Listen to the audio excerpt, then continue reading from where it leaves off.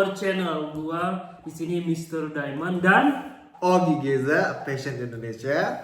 Oke. So, kali ini karena banyak kasus-kasus di sini orang yang dianggap suci. Oke. Kebanyakan masyarakat dianggap wah paling suci, perkataannya paling benar gitu.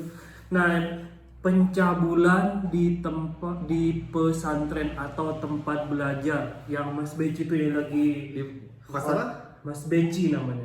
Bukan Mas Banci ya, Mas Beci. Mas Beci. Ya. Terus dia di pesantren. Iya. Mencabuli. Iya, mencabuli santriwatinya. Gitu. Iya. Ini bukan kasus pertama kali loh.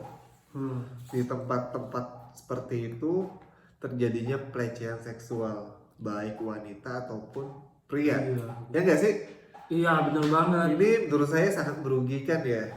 Merugikan di Indonesia ini termasuk negara agamis ya. Betul. Sayang sekali ya orang-orang seperti itu ya. Dan juga Mas Beci ini ngelakuin pencabulannya atau aksinya pemerkosaannya bertahun-tahun. Nah, Oke. bertahun-tahun. Bertahun-tahun? Iya. Dan kalau nggak salah ada di salah satu berita ya, mereka itu menghalangi pihak aparat untuk menangkap si Mas Beci. Oh Beci, oke. Bukan Mas Banci. Kelakuannya sih. Gitu. Yang Banci terus. Menurut lu penyebabnya gara-gara apa sih? Banyak sekali di pesantren-pesantren yang melakukan hal-hal seperti itu.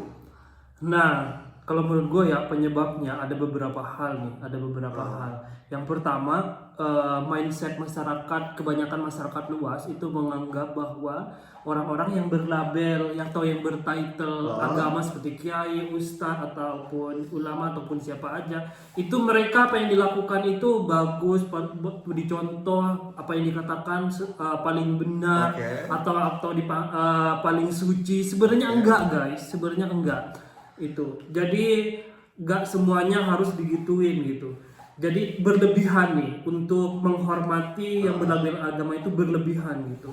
Untuk yang kedua, para santriwatinya ini kurang berani untuk melakukan pelaporan misalkan untuk menolak begitu. Nah, dan yang ketiga pasti adanya kesempatan ini karena kurangnya mungkin pengawasan di tempat belajar atau di pesantren itu, makanya terjadinya seperti itu.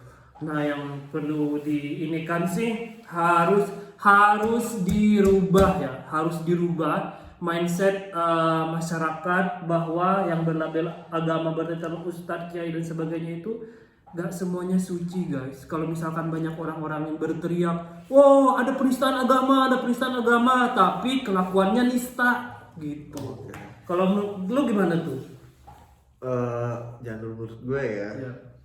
Jadi menurut kok yang bisa lo sih bahas gitu? seperti itu adalah oknum atau gimana sih? Itu oknum. Salah satu oknum ya, atau kebanyakan? Gak kebanyakan sih.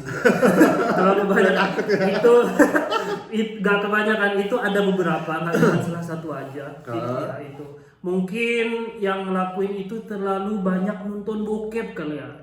Terlalu banyak nonton bokep beneran deh. Gua ada pengalaman. Kenapa gue bisa bilang seperti itu? Gue ada pengalaman sama ustadz yang dianggap suci di salah satu tempat. Dia ngajak nonton bokep bareng ya sama gua waktu itu dan nanya, lu punya bokep terbaru nggak yang gaya ini? Oh yang gaya ini bagus. Itu ustadz loh. Ya saya juga ada pengalaman ya. Salah satu ustadz dia udah almarhum. Sorry banget ya, bukan bukan menjelek-jelekan ustadz tersebut, tetapi dia udah punya istri dan dia ingin mengajak kakaknya teman saya buat nikah siri. Wah? Iya serius. Nikah siri? Tapi saya nggak bisa sebut ya. Saya nggak bisa sebut nama ustadznya karena sensitif lah soal seperti itu ya di negara kita ini. Oke, biar nggak panas dan sensitif, minum dulu kali ya. Ini bukan sekali dua kali loh. Di tempat pesantren seperti itu terjadinya pelecehan seksual, apalagi di bawah umur, yang sangat merugikan dan sangat meresahkan ya. Akan tetapi menurut saya pihak dari kepolisian juga harus sangat melindungi loh. Jadi korban-korban anak kecil ini sangat takut yang untuk melaporkan ataupun mempubliskan tentang masalah mereka, dan akhirnya mereka pendam sendiri gitu ya. Menurut saya sih lebih, pihak polisian sih udah sangat baik ya, tetapi kalau lebih baiknya lagi kita perlu undang-undang lagi ya, undang-undang tentang perlindungan anak gitu ya, supaya mereka juga harus bisa memberani atau bisa gitu buat melaporkan kasus-kasus pelecehan seksual terhadap mereka gitu ya. Ya untuk melindungi negara kita juga, yang dimana negara kita itu sudah negara agamis ya nggak sih? Iya, agamis. Iya, sayang sekali loh dirusak sama oknum-oknum seperti itu, apalagi di pusat-pusat pesantren ataupun pusat-pusat religius gitu kan.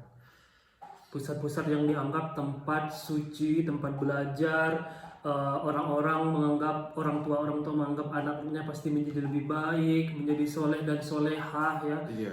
Dan jadi kalau dilihat dari kasus-kasusnya nih, dia kan seperti memanfaatkan kayak kekuasaannya dia gitu, sebagai misalkan ustadz atau anak kiai gitu kan, untuk mempengaruhi korbannya gitu loh. Jadi itu disalahgunakan gitu, dan itu di banyak tempat gitu kan, nggak cuman di Mas Beci yang di Jombang ini. Mas gitu. Mas ya, Beci Mas, yang di Jombang. bukan Mas Bencong ya. Bukan. Nah, itu penyalahgunaan kekuasaan kali ya, bisa disebut penyalahgunaan kekuasaan atau title, apalagi yang seperti dibahas dianggap yang paling suci gitu. Selain oknumnya itu kebanyakan nonton bokep gitu, itu mempengaruhi sangian gitu. Menurut lo nih, di tempat-tempat seperti itu banyak gak sih orang-orang yang melakukan penyimpangan seksual? Ya. Kalau dilihat dari pengalaman-pengalaman orang-orang yang cerita sama gua gitu ya, teman-teman relasi-relasi itu rentan untuk penyimpangan seksual menjadi lesbian atau gay atau LGBT. Kenapa? Nih menurut gue ya, karena terlalu ketatnya aturan-aturan di sana. Misalkan nggak boleh, ya memang itu normal di agama, nggak boleh kan? Nggak boleh gimana gitu? Nggak boleh, nggak boleh bertemu dengan lawan jenis atau apa. Terlalu dikekang nggak sih? Jadi untuk misalkan nih terlalu dikekang, misalkan nggak ada teknologi atau minim teknologi gitu kan, jadi rasa penasaran itu dari dalam diri seseorang itu pasti lebih besar. Nah, gimana nih caranya rasa penasaran itu direalisasikan gitu? Jadi apa yang ada di sekitar gitu, tinggal hop gitu kan? Ya sembarang colok gini ya? Iya, iya bener. Jadi gitu. Kalau menurut lu ada pengalaman atau teman atau apa, bener nggak apa yang gue katakan itu? Ya menurut gue sih kebanyakan, bukan kebanyakan ya, yang sering terjadi mungkin ya bahasanya. Yang sering terjadi kalau emang dibatas-batasin seperti itu ya, seperti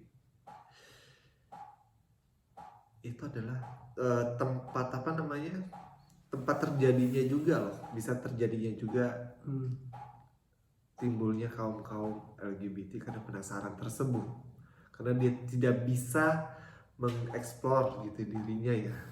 Jadi coba awalnya tidur samping-sampingan, coli-colian gitu kan, Coli-colian terus akhirnya hap-hapan, ya nggak sih, tusukannya nggak.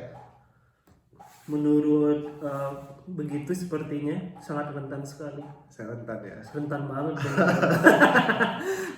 Emang gua nggak pernah mondok, tapi orang-orang di sekitar gua tuh banyak yang mondok gitu. Terus yang gue lihat, kita kan bisa ngelihat ya cara gimana, apa sebab dan akibatnya. Misalkan oh adanya kayak gini berarti disebabkan begini. Jadi kita bisa menganalisa gitu loh, bisa menganalisa dengan experience dan pengolahan pikiran kita gitu. Jadi tapi ini setahu gua itu mereka misalkan ada kayak gitu udah melakukan gitu, pintar loh menyembunyikan ke masyarakat luas. Oh iya? Iya, dengan memanfaatkan label-label itu, misalkan jadi ustadz, misalkan di masyarakat soalin itu pakai kopiah begini, padahal aslinya begini gitu kan. So sangat ini sekali, bisa dikatakan munafik kali ya, beneran deh, bisa dikatakan munafik. Misalkan melabel ustadz, oh ini haram, ini halal gitu kan. Itu ada nggak sih senioritas di tempat pesantren menurut lo, ada nggak sih? Menurut gua pasti ada lah, pasti ada ya, tapi nggak semuanya pasti ada kalau senioritas begitu. Oke. Pasti Jadi ada. yang banyak korban itu adalah juniornya ya. Wah, saya kurang tahu. Tapi kebanyakan biasanya masih yang polos-polos gitu kan, masih yang polos baru masuk, pasti kan mudah dimanfaatkan, apalagi ABG labil gitu kan, bocil-bocil. Dimanfaatkan terus menjadi nyaman. Jadi gini, untuk biar kalau itu kan pasti ada kesempatan pasti terjadi sesuatu atau kekerasan atau kejahatan gitu kan. Nah, untuk yang masuk anak santri dan santriwati yang belajar di pondok pesantren itu, untuk mencegah itu menurut lu gimana? Biar mereka punya strong gitu, biar lebih kuat untuk menolak, untuk melapor jika ada kesalahan atau sesuatu yang nggak benar di dalam itu, harus gimana tuh? Ya pihak pemerintah sih harus sangat melindungi orang-orang yang jadi korban. Sangat melindungi sekali supaya mereka berani untuk melaporkan diri apabila terjadi pelecehan seksual. Ya nggak sih? Dan secara ya kalau seperti itu sih ya, kita nggak bisa nyalahin mereka juga karena kondisi mereka juga tidak bisa, ruang mereka tidak gimana sih, tidak bisa mengeksplor ya.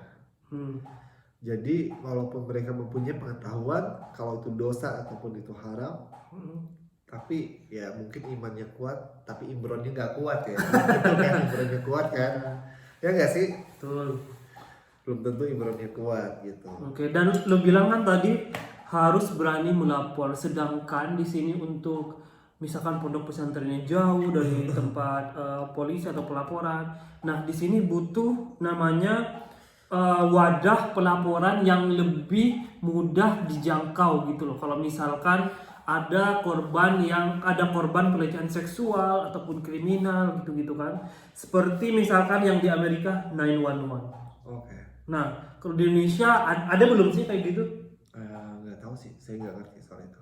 Iya, itu belum ada sepertinya. Itu harus dibuat dan serius gitu, apalagi tentang korban pelecehan seksual yang misalkan yang belum berani gitu dalam dirinya. Sebenarnya itu butuh keberanian kan, butuh keberanian untuk melaporkan agar tidak berlarut-larut dan jadi ke korban, akan ada banyak korban-korban lainnya di sekitarnya gitu.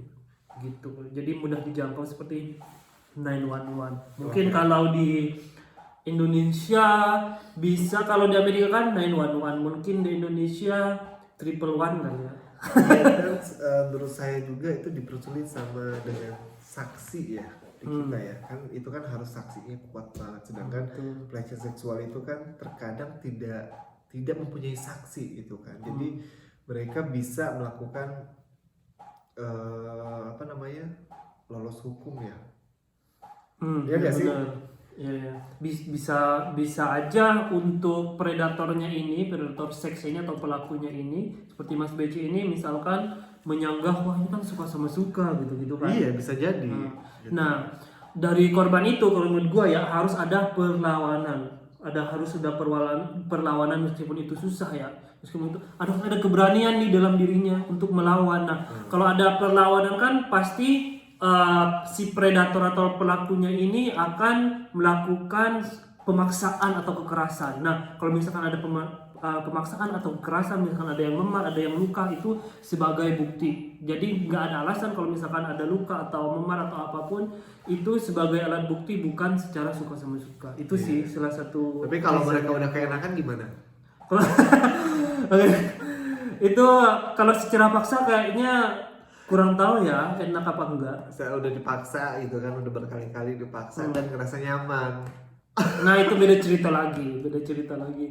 Makanya kalau misalkan dari kalian emang nggak suka perlakuan pelecehan seksual, dari awal nggak mau nih dinajisi sama orang asing atau orang lain, harus melawan ya. Apa kayak yang ada di sekitarnya, lempar aja, pokoknya mukul gitu loh, biar nanti ada bukti yang strong gitu. Menurut lo nih ya, hukuman apa sih yang pantas buat Mas Becek ya, Mas apa sih? Beci. Ustad apa? Ustad Beci ya? Si Beci lah. Itu apa sih yang pantas? Kebiri kali. Kebiri permanen. Kebiri permanen, jadi kan penisnya nggak kenceng lagi, nggak jadi predator tuh, itu pantas loh. Dan hukuman yang panjang 50 tahun. Oke. Seumur hidup lah ya. 50 tahun ya. Seumur hidup itu 20 tahun. 50 tahun. Iya. Nah, itu kalau menurut lu gimana? Apa harus pecut gitu kayak di Aceh, pecut terus disakiti kayak hukuman Quran? Menurut saya sih itu udah merusak masa depannya korban kan. Ya nggak sih? Ya udah, menurut saya lebih pantasnya dikebiri yang menurut lu bilang tadi, dan hukuman mati aja. Hukuman mati. Ya itu yang pantas ya, karena juga si korban menanggung resikonya itu seumur hidup loh. Ya nggak sih? Iya benar.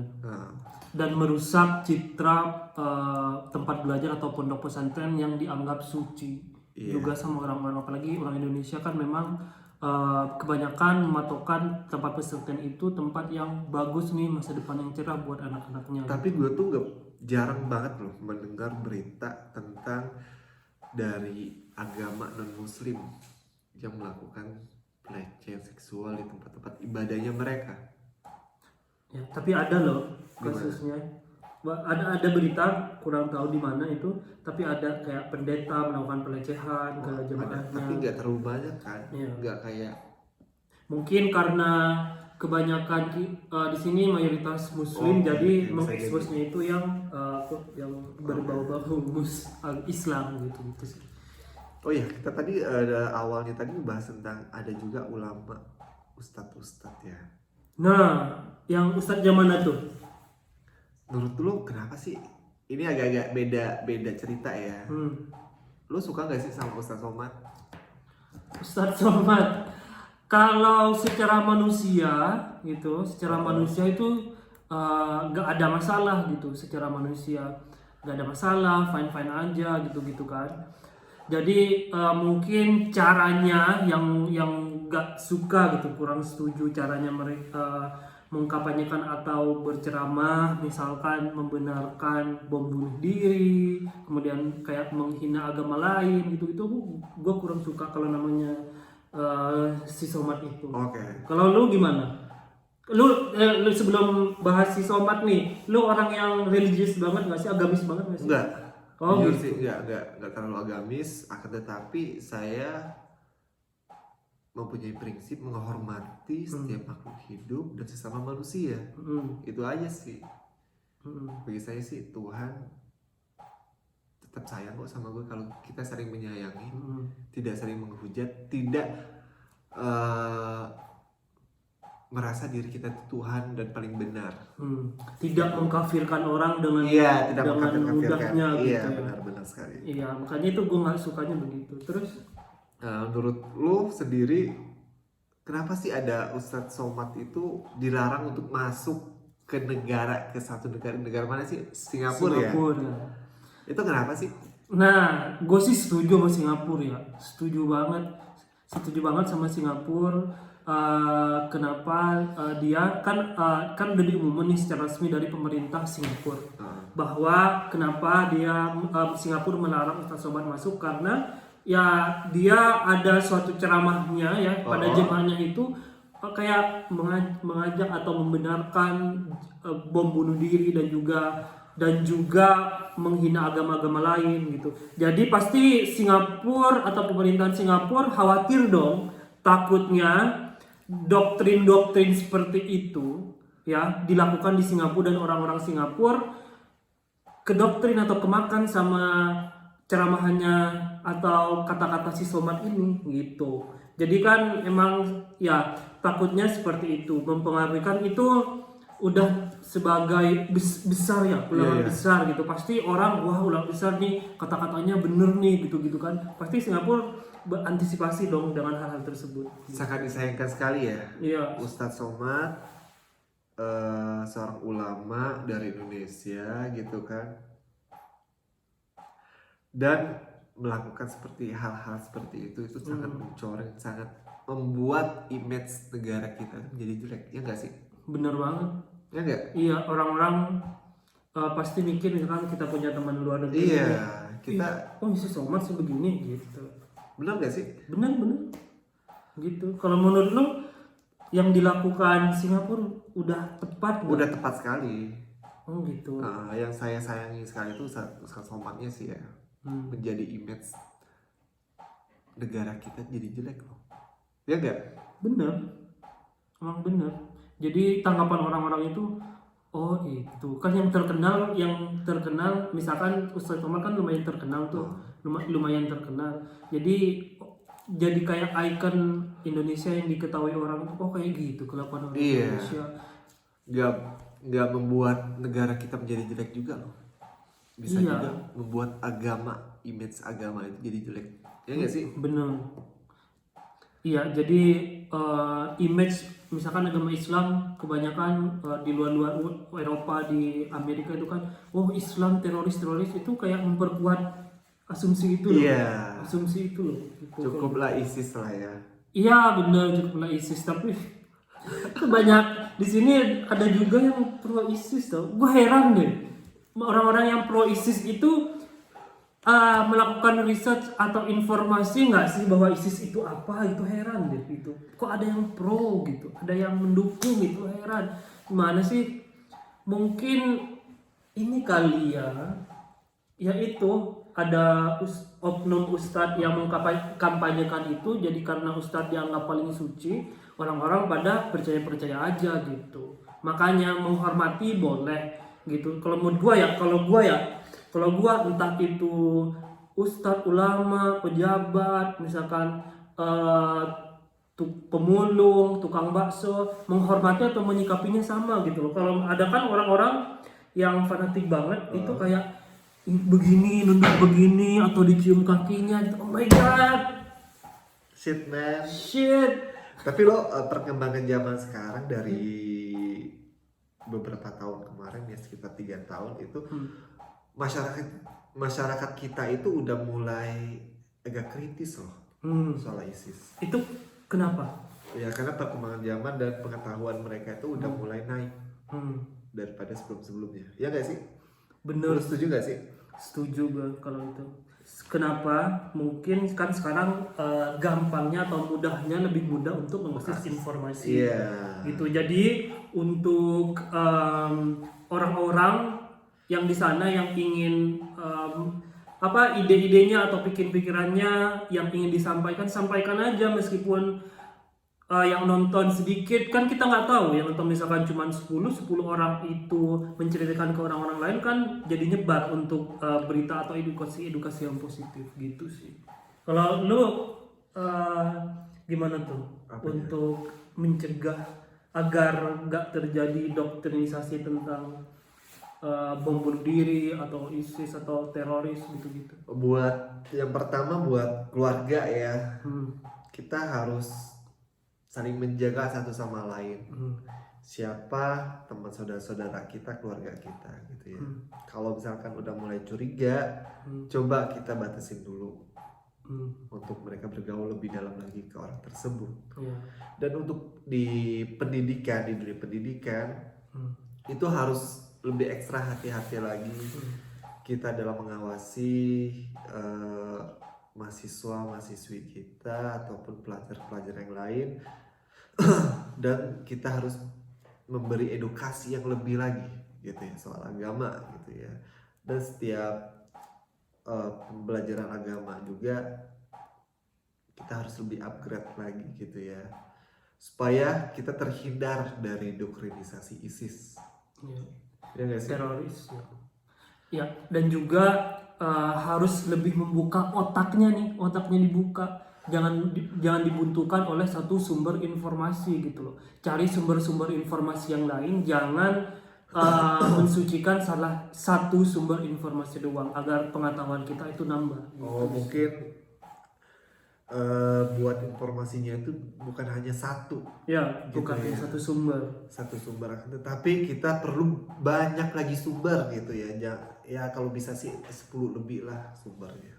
Biar kita bisa mencari membanding-bandingkan gitu ya, supaya kita lebih pintar lagi, lebih smart lagi untuk Indonesia lebih maju ya. Iya, Indonesia maju. Oke, jadi memang harus dari mindset itulah yang bisa menyelamatkan Indonesia gitu. Mindset yang baik, jadi dimulai dari mindset yang baik akan menjadi negara yang baik juga. Jadi itu sih. Jadi intinya yang pertama, tolonglah buat